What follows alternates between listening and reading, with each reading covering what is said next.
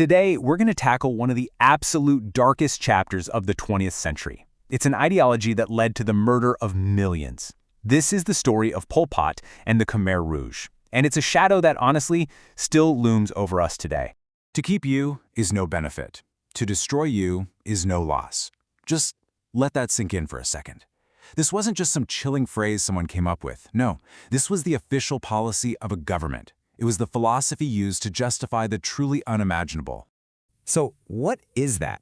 What kind of philosophy leads to a statement like that?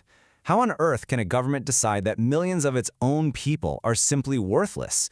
That's the huge question we're going to try and unpack in this explainer. This quote, this idea, was the guiding principle of Pol Pot's Khmer Rouge regime, which ruled Cambodia from 1975 to 1979. It's a philosophy that essentially declared a huge chunk of its own citizens as having no value, and it was a terrifying preview of what they planned to do. So, how did they even begin to justify this? Well, it all started with this incredibly radical idea they called Year Zero. The thinking was to create their perfect society, this self-sufficient, agrarian communist state. They had to completely, and I mean completely, erase the past and just start over. And Year Zero was every bit as terrifying as it sounds. The day the Khmer Rouge took power, April 17, 1975, they declared it day one of a whole new history. Everything that came before, every tradition, every book, every family memory, it was all labeled as corrupt and targeted for total destruction. And this just shows you how total their vision was. I mean, look at this. Family ties? Gone. Replaced with absolute loyalty to Ankar, which was this anonymous, faceless state. Religion? Banned. Money? Abolished. Private property, education, even just reading a book, all of it was wiped out in their twisted search for this pure agricultural utopia. But you know, a vision this extreme, this horrifying, you can't just persuade people to go along with it. It has to be forced. So the question is, how did the Khmer Rouge actually try to make their Year Zero plan a reality? Well, their very first step was to just split the entire country in two.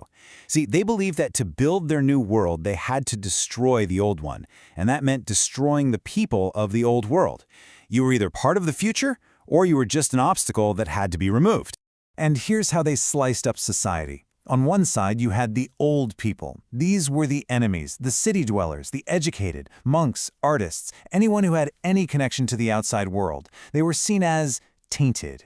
And on the other side, you had the new people. This was their ideal, the rural peasants, the illiterate, people they saw as pure, uncorrupted, and, most importantly, easy to control. Now, in the minds of the Khmer Rouge, these old people couldn't be re-educated. There was no changing them.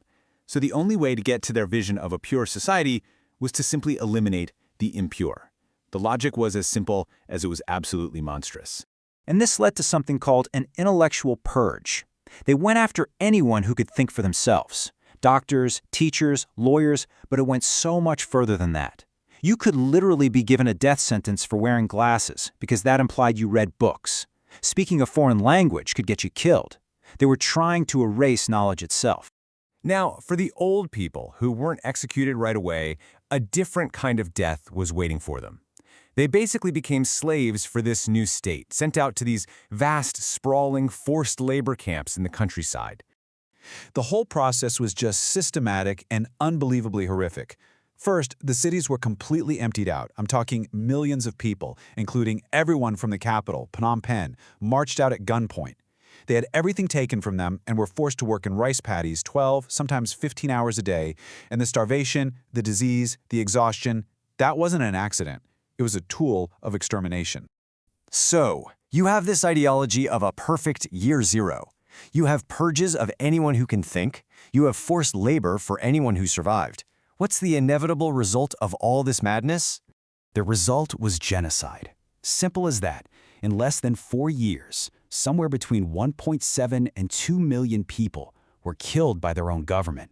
Now, to put that into perspective, that's nearly a quarter of the entire population, wiped out by executions, starvation, and overwork in what we now know as the killing fields. And this brings us right back to where we started. This wasn't just random violence. It was the full, horrifying conclusion of that first idea: to destroy you is no loss.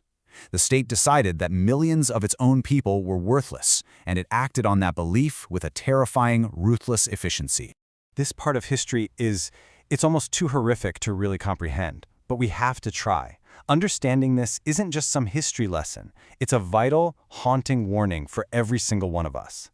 So, the question that this history forces us to ask is this: what are the warning signs? What are the red flags when a state starts to decide who is valuable and who is worthless? Answering that isn't just about remembering what happened back then. It's about protecting our future.